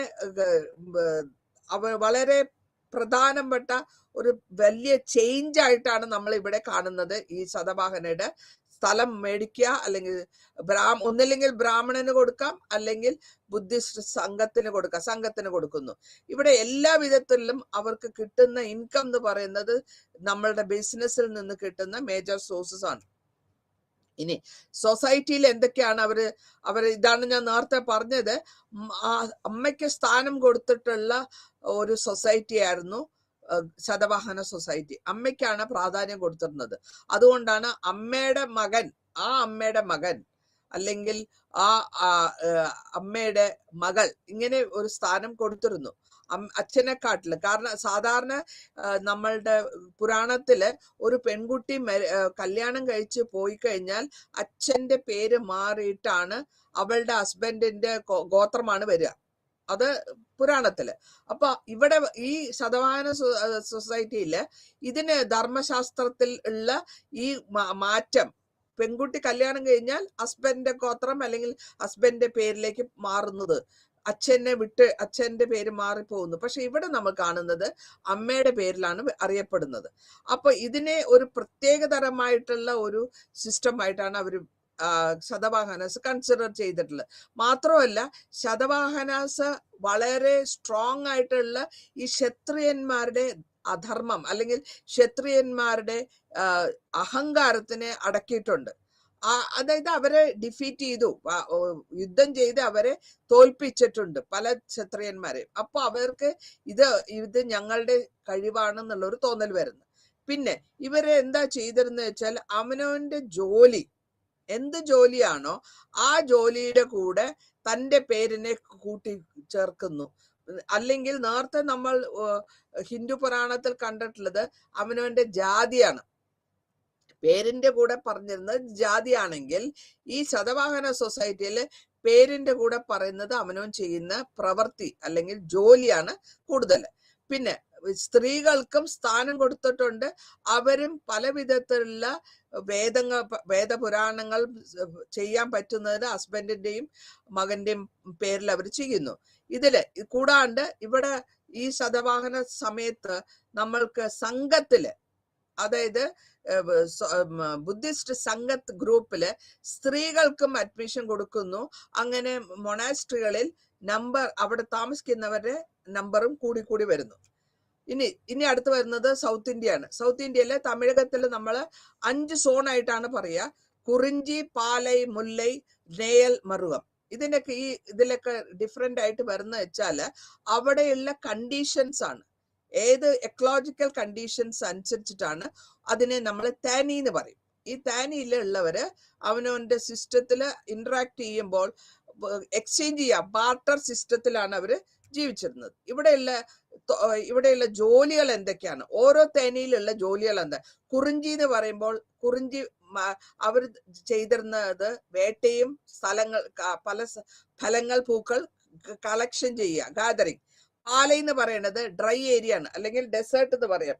അവിടെ ഒന്നും ചെയ്യാൻ പറ്റില്ല. സാധാരണമായിട്ട് അവിടെ ചെയ്യുന്നത് അവര് കൊള്ളയടിക്കുകയാണ് ചെയ്യാറ്. മുല്ലൈ എന്ന് പറയുമ്പോൾ ഇവിടെ കൃഷിയും ഷിഫ്റ്റിംഗ് കൾട്ടിവേഷൻ മാറി മാറി ചെയ്യും. അതിന്റെ കൂടെ പശുക്കളെയും ആനിമൽസിനെയും വളർത്തുക.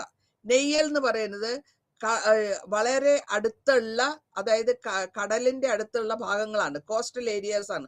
അപ്പൊ അവിടെ അവർ ചെയ്യുന്ന ധർമ്മം, ജോലി മീൻ പിടിക്കലും ഉപ്പുണ്ടാക്കലും.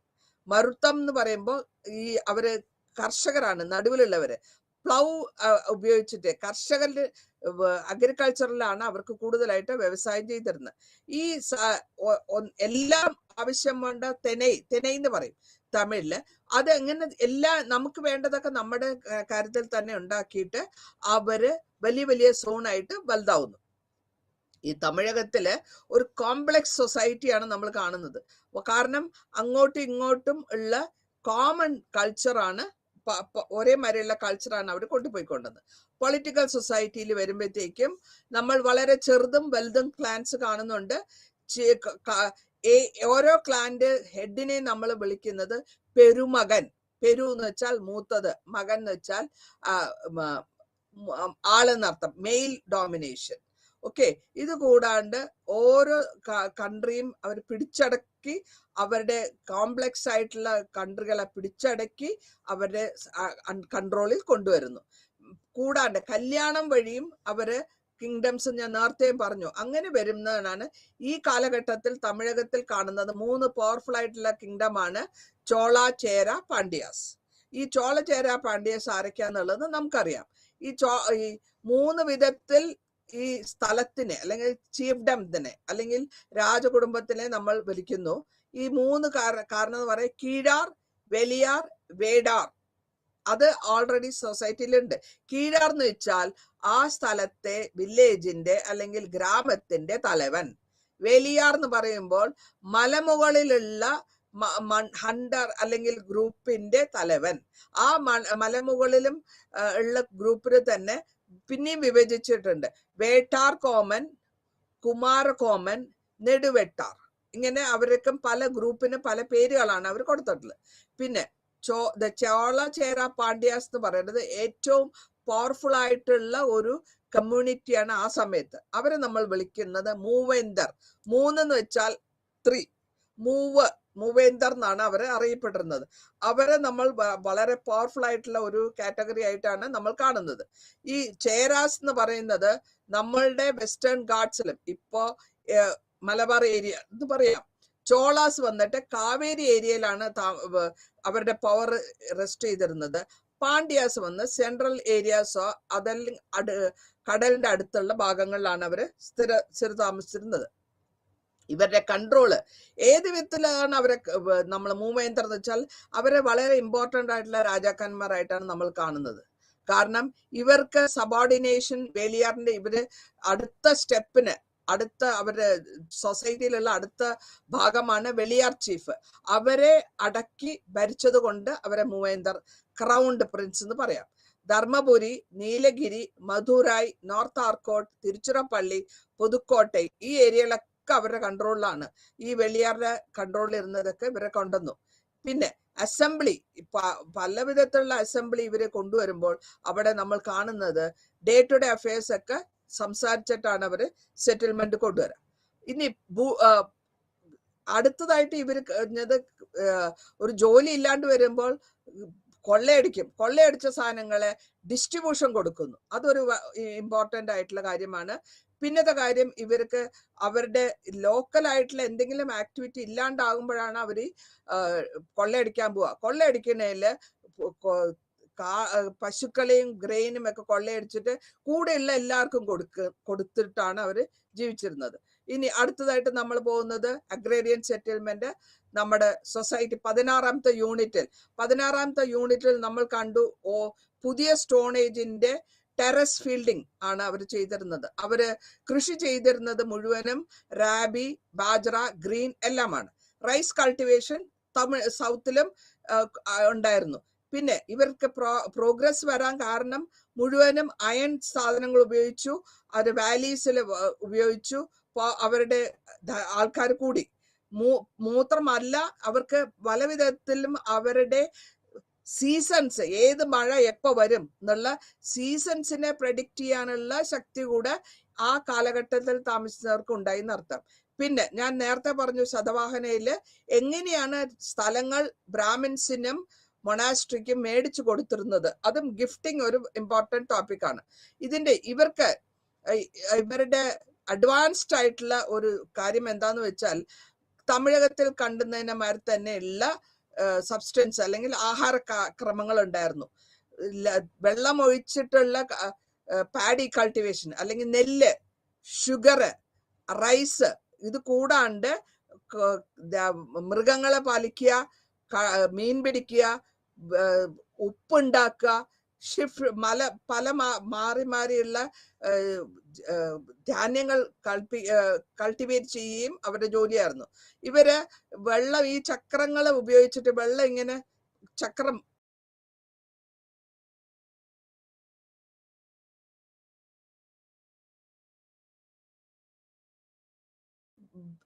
കൃഷിക്കാർ എന്നർത്ഥം. കൂടാണ്ട് പല പണിയിലുള്ളവര് മാജിഷ്യൻ, ഡാൻസേഴ്സ്, പ്രീസ്റ്റ്, കാർപ്പൻറ്റേഴ്സ് ഇതൊക്കെ സൊസൈറ്റിയിൽ ഉണ്ടായിരുന്നു. ഇവിടെ നമ്മൾ ഓണർഷിപ്പ്, എന്താണ് ഈ ഓണർഷിപ്പ് എന്ന് വെച്ചാൽ എനിക്ക് പവർ, എൻ്റെ കയ്യിൽ പണമുണ്ടെങ്കിൽ സ്ഥലം മേടിക്കാനുള്ള കാര്യം. അങ്ങനെ വരുന്നതിന് ആ ഗ്രൂപ്പിനാണ് വേലാളാർ ഗ്രൂപ്പ് എന്ന് പറയും. അവര് ലാൻഡ് മേടിക്കുന്നു, ഒരുമിച്ച് വർക്ക് ചെയ്യുന്നു, ഒരുമിച്ച് അതിൽ നിന്നുള്ള പ്രൊഡക്ഷൻ എടുക്കുന്നു, അതിനെ എൻജോയ് ചെയ്യുന്നു. ഫീൽഡിൽ പിന്നത്തെ കളക്റ്റീവ് ആയിട്ടുള്ള ഫീൽഡിന് അവർ എൻജോയ് ചെയ്ത് പോകുന്നു. ലാൻഡ് ഗിഫ്റ്റ് നടത്തിക്കൊണ്ടിരുന്നു. അതുകൊണ്ട് ഉഷോദത്ത എന്ന് പറയുന്നത് ഒരു എക്സാമ്പിൾ ആണ്. സ്ഥലം മേടിച്ച് സംഘത്തിന് ദാനം ചെയ്യുന്നു. അപ്പൊ ദാനത്തിന് ഇമ്പോർട്ടൻസ് ഇവിടെ കാണിക്കുന്നു. സോഷ്യൽ ഓർഗനൈസേഷനിൽ വരുമ്പോൾ അവർ കാണുന്നു പ്രീസ്റ്റിന്റെ അല്ലെങ്കിൽ ഒരു പുരോഹിതന്റെ ഡോമിനേഷൻ ഇല്ല. നേച്ചറിൽ കാണുന്നതൊക്കെ അവർ വിശ്വസിച്ചിരുന്നു. ട്രേഡിനെ അവര് വളരെ കാര്യമായിട്ട് എൻകറേജ് ചെയ്തു. ഈ 3 രാജ്യങ്ങൾ ആ സമയത്ത് മേജറായിട്ട് നമ്മൾ കാണുന്നത് ബ്രാഹ്മിണിസം, ബുദ്ധിസം, ജൈനിസം ഉണ്ടായിരുന്നു ആ റീജിയൻസ്, ആ റിലീജിയസ് ലെവലിൽ. പിന്നെ ക്രാഫ്റ്റ്, അതേമാതിരി തന്നെ ഗിൽഡ് എന്ന് വെച്ചാൽ ഒരു ക്രാഫ്റ്റിന്റെ ഒരാൾക്കാരെയാണ്, ഒരു ഗ്രൂപ്പിനെയാണ് ഗിൽഡ് എന്ന് പറയാം. അവര് വഴിയാണ് സാധനങ്ങൾ ഉണ്ടാക്കുമ്പോൾ അത് ഓട്ടോമാറ്റിക്കായിട്ട് സാധനങ്ങൾ ലോക്കലായിട്ട് ഉപയോഗിക്കുമ്പോൾ എക്സ്ചേഞ്ച് ചെയ്യുക, ബാർട്ടർ സിസ്റ്റം. എനിക്ക് പാല് വേണമെങ്കിൽ നിങ്ങൾ പാല് തരൂ, ഞാൻ നെല്ല് തരാന്നുള്ള ലെവലിലുള്ള സിസ്റ്റത്തിനാണ് ബാർട്ടർ സിസ്റ്റം എന്ന് പറയാം. കൂടാണ്ട് ദൂരദേശങ്ങളിലും ഇവരുടെ വ്യവസായങ്ങൾ അല്ലെങ്കിൽ ബിസിനസ് നടന്നിരുന്നു.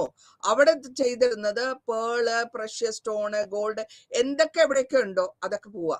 അതേമാതിരി നമ്മൾ ഇത് എങ്ങനെ മനസ്സിലാക്കിയത് വെച്ചാൽ പഞ്ച് കോയിൻസ്, നേരത്തെ ഞാൻ പറഞ്ഞു പഞ്ച്ഡ് കോയിൻസ് കിട്ടിയതിൽ നിന്നാണ് നമുക്ക് ദൂരദേശങ്ങളിൽ ബിസിനസ് നടന്നെന്ന് മനസ്സിലായത്.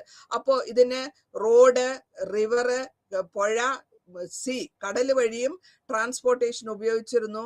ആനിമൽസിലെ ഉപയോഗിച്ച് കാർട്ട് ഉപയോഗിച്ചിട്ടാണ് ലാൻഡിലുള്ള ട്രാവൽസ് അല്ലെങ്കിൽ ലാൻഡിലുള്ള മൂവ്മെന്റ്, ട്രേഡ് ഉപയോഗിച്ചിരുന്നത്. കാരണം കാളവണ്ടികളും കുതിരവണ്ടികളും ഒക്കെ ആയിട്ട് കോയിൻസ് ഉപയോഗിച്ചിട്ട് അവർ മീഡിയം ഓഫ് എക്സ്ചേഞ്ച് അല്ലെങ്കിൽ നമുക്ക് മറിക്കാൻ അങ്ങോട്ടും ഇങ്ങോട്ടും ഉപയോഗിക്കാൻ നാണയം ഉണ്ടാക്കി. ടോള്, ഓരോ സ്ഥലം റോഡ് വരുമ്പോൾ നമ്മൾ ടോൾ ഇപ്പോഴും കാണാറുണ്ട്. ടോള് പിടിച്ചാൽ ആ റോഡ് ഉണ്ടാക്കിയതിന് വേണ്ടിയിട്ടുള്ള പൈസ, അതാണ് ടോളിന്റെ അർത്ഥം. അതും കൂടെ ഒരു റവന്യൂ ആയിട്ട് എടുത്തിരുന്നു. കൂടാണ്ട് റവന്യൂ ക്യാഷ് ആയിട്ടും സാധനമായിട്ടും വായിച്ചിരുന്നു. ഈ ബിസിനസ് കാരണം ആവശ്യമുള്ളത് കൊണ്ട് ബാലൻസ്, വെയിറ്റ് കറക്റ്റ് ആയിട്ട് വേ ചെയ്യുന്നുണ്ടോ, മാർക്കറ്റില് വെയിറ്റ് കറക്റ്റ് ആയിട്ട് ഉപയോഗിക്കുന്നുണ്ടോ എന്നൊക്കെ അവർക്ക് വളരെ ക്ലിപ്തമായിട്ട് വെയിങ് മെഷീൻ ഉപയോഗിച്ച്, അതുകൊണ്ട് ആ ബിസിനസ് വളരെ കാര്യമായിട്ട് പോയിക്കൊണ്ടിരുന്നു. ഇനി നമ്മൾ വരുന്നത് അവസാനത്തെ ചാപ്റ്റർ ആണ്, ഗ്രോത്ത് ഓഫ് തമിഴ് ലാംഗ്വേജ്. ഈ തമിഴ് ലാംഗ്വേജിന്റെ ഈ ചാപ്റ്ററോട് കൂടി ഈ ടോപ്പിക്, ഈ പുസ്തകത്തിലുള്ള ചാപ്റ്റേഴ്സ് എല്ലാം കവർ ചെയ്യുന്നു. ഇവിടെ കാരണം ഇവർ ഇത്രയും തമിഴ് ലാംഗ്വേജ് വളരെ സ്ട്രോങ് ലാംഗ്വേജ് ആയിട്ട് വരാനുള്ള കാരണം അങ്ങോട്ടും ഇങ്ങോട്ടുമുള്ള പരിചയം. പിന്നെ സാൻസ്ക്രിറ്റ് ലാംഗ്വേജ് ഓൾറെഡി നമുക്ക് ഉണ്ട്. അപ്പോ ഈ സാൻസ്ക്രിറ്റ് ലാംഗ്വേജിന്റെയും പാലി ലാംഗ്വേജിന്റെയും എല്ലാ ലാംഗ്വേജിൽ നിന്നുള്ള ഒരു ഇന്ററാക്ഷൻ ഉണ്ട്. തമിഴ് ലാംഗ്വേജ് ലിറ്റററി ലാംഗ്വേജിൽ നോക്കുമ്പോൾ വളരെ സ്ട്രോങ് ആയിട്ടുള്ള ഒരു റൈറ്റിംഗ് സിസ്റ്റം ഉണ്ട്. അത് മാത്രമല്ല അസലായിട്ടുള്ള പോയട്രികളും കഥകളും കവിതകളും ഒക്കെ ഉണ്ടാക്കിയിട്ടുണ്ട്. ഇതിനൊക്കെ അവർ ഉപയോഗിച്ചിരുന്നത് എല്ലാ ഭാഷകള്, ചില ഭാഷകളൊക്കെ ആ ഭാഷയിൽ നിന്നുള്ള വാക്കുകൾ ഉപയോഗിക്കുക, അതിനെ വേണ്ട വിധത്തിൽ നമ്മളുടെ ഗ്രൂപ്പിൽ കൊണ്ടുവരുമ്പോൾ അതിന്റെ കോമ്പിനേഷൻ, ആളിന്റെ പേരും പ്രൊഫഷനും ഫിഗറും ഇൻസ്ക്രിപ്ഷൻസും ഇതിൽ നിന്നൊക്കെയാണ് നമ്മൾ തമിഴ് ലാംഗ്വേജിനെ പറ്റിയുള്ള ഗ്രോത്തിനെ പറ്റി അറിയുന്നത്. വളരെ ക്ലിപ്തമായിട്ട് എഴുതിയിട്ടുണ്ടെങ്കിൽ തന്നെയും അവർക്ക് ലാംഗ്വേജിൽ സ്ട്രെങ്ത് ഉണ്ട്. തമിഴ് നമ്മൾ പറയും സുന്ദര തമിഴ് എന്ന് പറയും. കാരണം സ്വീറ്റ് ലാംഗ്വേജ് എന്നാണ് അതിനെ പറയാ. തമിഴ് ലാംഗ്വേജിനെ സ്വീറ്റ് ലാംഗ്വേജ്, സുന്ദര തമിഴ് എന്ന് പറയും. പവർഫുൾ ആയ ലാംഗ്വേജ് ആണ്. പല രാജാക്കന്മാരും പോയറ്റ്സ് ആയിരുന്നു, പല മന്ത്രിമാരും പോയറ്റ്സ്, അവർ കഥകളൊക്കെ എഴുതിയിട്ടുണ്ട്. ഇനി സംഘം ലിറ്ററേച്ചർ എന്ന് പറഞ്ഞാൽ എന്താന്ന് വെച്ചാൽ ഒരു ഗ്രൂപ്പ് ഓഫ് പദ്യം അല്ലെങ്കിൽ ഹീറോയിക് പോയംസ്, രാജാവിന്റെ പ്രശസ്തിയായിട്ടുള്ള പോയംസിനെ കൂട്ടി അവിടെയുള്ള സ്കോളേഴ്സ് എല്ലാരും കൂടെ ഇരുന്ന്, സംഘം എന്ന് വെച്ചാൽ മീറ്റിംഗ്, അതാണ് അർത്ഥം. മീറ്റിംഗ്, സംഗമം എന്നാ പറയുക. പല പോയട്രി എഴുതുന്ന അതായത് രാജാവ് സ്തുതി പാടകന്. അപ്പൊ സ്തുതി ചെയ്യുമ്പോൾ അയാൾക്ക് ഒരു ഈഗോ ബൂസ്റ്ററാണ് വരുന്നത്. ഈ സ്കോളേഴ്സ് ഇരുന്ന് ഇതിനെപ്പറ്റി എഴുതി അതിനെ കളക്ഷൻ ചെയ്ത് അതിനെ ക്ലാസിഫൈ ചെയ്തിട്ടുള്ള പോയട്രി മീറ്റിങ്ങിനെയാണ് നമ്മൾ സംഘം എന്ന് പറയാം. 4 സംഘമാണ് ആകമൊത്തം നടന്നിട്ടുള്ളത്. അത് കൂടാണ്ട് നമ്മൾ ഇവിടത്തെ ഈ കാലഘട്ടത്തിൽ ഉണ്ടായിരുന്ന പോയറ്റ്സ്, വളരെ ഇമ്പോർട്ടന്റ് ആയിട്ടുള്ള പോയറ്റ്സ് ആരാന്ന് നോക്കിയാൽ കപലിയാർ, പർനാമർ, അവയാർ സ്ത്രീയാണ്. അവയാർ ഒരു റിലീജിയസ് ആയിട്ടുള്ള സ്ത്രീയാണ്, പോയറ്റാണ്. അവയാറിനെ മുഴുവനും മുരുകൻ അല്ലെങ്കിൽ ലോർഡ് സുബ്രഹ്മണ്യനെ പറ്റിയിട്ടുള്ള പദ്യങ്ങൾ പെട്ടെന്ന് നിമിഷകമി എന്ന് വേണമെങ്കിൽ പറയാം, അപ്പപ്പ പാടും. ആ പാട്ടിലാണ് ഇവരൊക്കെ ഓറലായിട്ടാണ് പോയട്രി പോകുന്നത്. അപ്പൊ ഗൗതമാനാർ, ഇവരാണ് ആ കാലഘട്ടത്തിൽ ഉള്ള പോയറ്റ്സ് അല്ലെങ്കിൽ കവികൾ എന്ന് പറയാം. ഈ സ്കോളേഴ്സിനെ നമ്മൾ വിളിച്ചിരുന്ന പുലവർ എന്നാണ്. പുലവർ എന്ന് വെച്ചാൽ അറിവുള്ള ആൾ എന്നർത്ഥം, സ്കോളർ എന്നർത്ഥം. അപ്പൊ പുലവർ. ഈ പോയത്തിനെയൊക്കെ ഓരോന്നിനും ഓരോ ബേസ് ഉണ്ട്, ഒരു കൺവെൻഷൻ ഉണ്ട്, ഒരു തീമുണ്ട്. എന്തിനെ പറ്റിയാണ്? 8 കോട്ടൈ ആൻഡ് 10 പാട്ടു. 8 എന്ന് വെച്ചാൽ 8 കോട്ടൈ, അതിനെപ്പറ്റി ഒരു ഗ്രൂപ്പ്. 10 പാട്ടു എന്ന് വെച്ചാൽ 10 എണ്ണം ഉണ്ടാവും ക്ലാസിക്സില്. ഇതില് ഈ പോയട്രിയിൽ വന്നിട്ടുള്ളത് മുഴുവനും ഹീറോയിസമാണ്, അല്ലെങ്കിൽ ആൾക്കാരുടെ ധൈര്യത്തിനെയും അല്ലെങ്കിൽ യോദ്ധാവിന്റെ ധൈര്യത്തിനെയും രാജാവിന്റെ നല്ല ഗുണങ്ങളെ പറ്റി പറയുന്നതാണ് അവിടെ നമ്മൾ പരാമർശിക്കുന്നത്. അപ്പൊ അത്രത്തോളം അതിൽ ഇൻവോൾവ്മെന്റ്, ഇമോഷണൽ ഇൻവോൾവ്മെന്റ് കൊണ്ടുവന്നിട്ടുള്ള ആ സംഘം ലിറ്ററേച്ചർ തമിഴകത്ത് വളരെ ഫേമസ് ആണ്. ഇനി വരുന്നത് എങ്ങനെയാണ് ഇതിനെ കോമ്പസിഷൻ ചെയ്യുക, അല്ലെങ്കിൽ തമിഴ് പോയട്രിനെ ചെയ്യുക, ഇതൊക്കെ വന്നിട്ട് ഓറലായിട്ട്, അതായത് വായിൽ കൂടെ പറയുന്നതാണ്, എഴുത്തായിട്ടല്ല, ഓറൽ ലിറ്ററേച്ചർ ആണ്. ഈ പദ്യങ്ങളൊക്കെ രാജാവിന്റെ സംസ്ഥാനത്ത് അല്ലെങ്കിൽ രാജാവിന്റെ കൊട്ടാരത്തിൽ സ്തുതി പാടകന്മാർ പാടുന്നു, അല്ലെങ്കിൽ രാജാവിനെ സ്തുതിച്ച് പറയുന്നു, മന്ത്രിനെ സ്തുതിച്ച് പറയുന്നു. ഇത് ഉണ്ടായിരുന്നു. എന്തെങ്കിലും ഒരു കാരണവശാൽ അവർക്ക് സ്തുതി ചെയ്യുന്ന സമയത്ത് ഓരോ ചിലവിധ പ്രത്യേക എക്സ്പ്രഷൻസ് ഉണ്ട്. രാജാതിരാജൻ, അല്ലെങ്കിൽ വേൽക്കൊണ്ടവൻ എന്നൊക്കെ പറഞ്ഞിട്ട്, അതായത് അവരുടെ ഈഗോനെ, രാജാവിന്റെ ഈഗോനെ ബൂസ്റ്റ് ചെയ്യുന്ന വിധത്തിൽ, അല്ലെങ്കിൽ പ്രശംസയിൽ കൂടെയാണ് അവര് സാധാരണമായിട്ട് ഉപയോഗിച്ചിരുന്ന ഭാഷകൾ ഒക്കെ പദ്യത്തിലും ഉപയോഗിച്ചിരുന്നു. ഈ പദ്യത്തിൽ ഉപയോഗിച്ചിരിക്കുമ്പോൾ ആ കോമൺ സ്റ്റൈൽ ഉണ്ടാവും.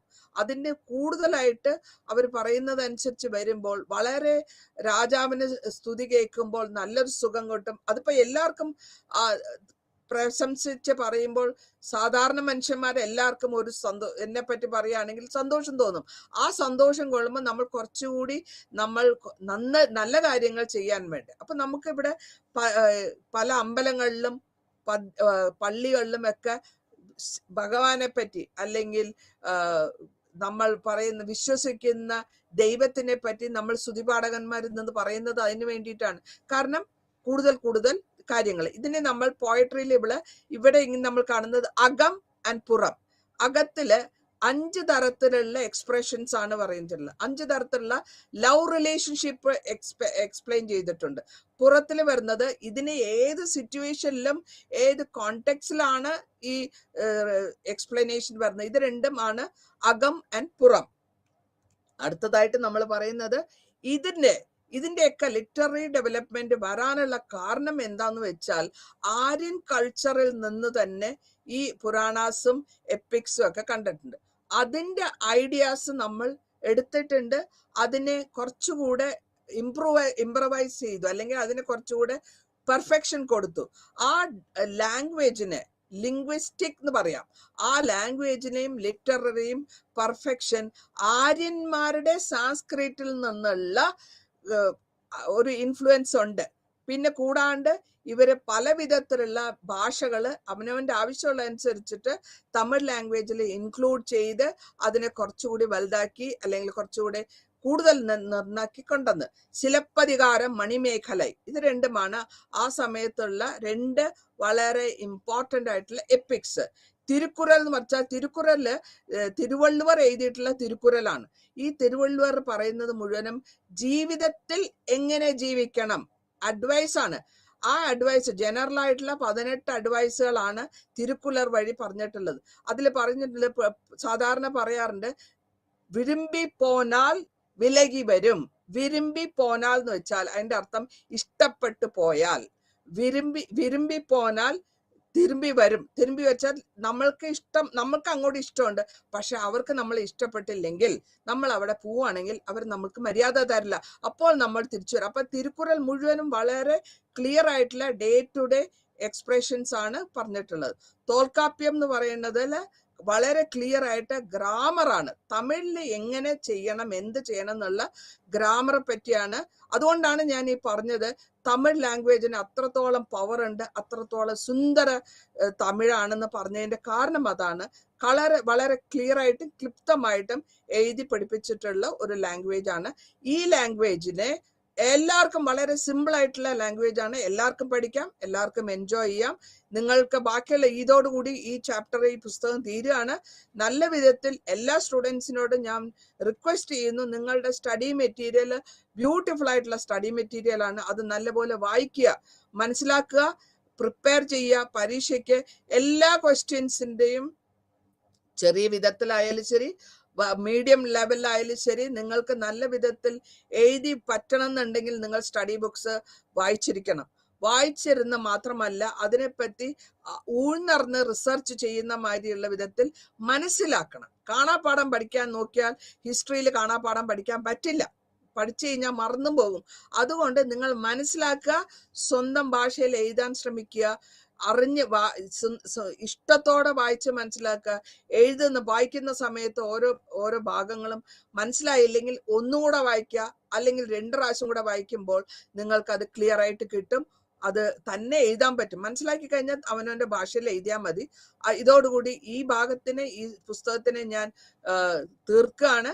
നിങ്ങൾക്ക് എല്ലാവർക്കും നല്ല പരീക്ഷ എഴുതി നല്ല മാർക്ക് കിട്ടട്ടെ, നല്ല സ്കോർ കിട്ടട്ടെ, നല്ല റിസൾട്ട് വരട്ടെ എന്ന് ആശംസിക്കുന്നു. നന്ദി, നമസ്കാരം.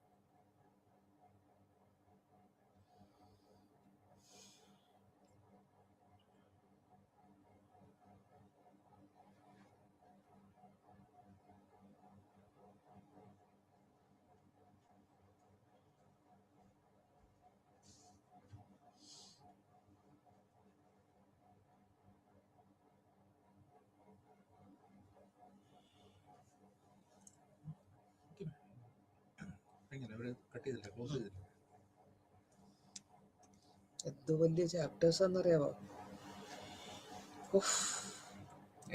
കംപ്രസ് ചെയ്ത് ആക്കണമെങ്കിൽ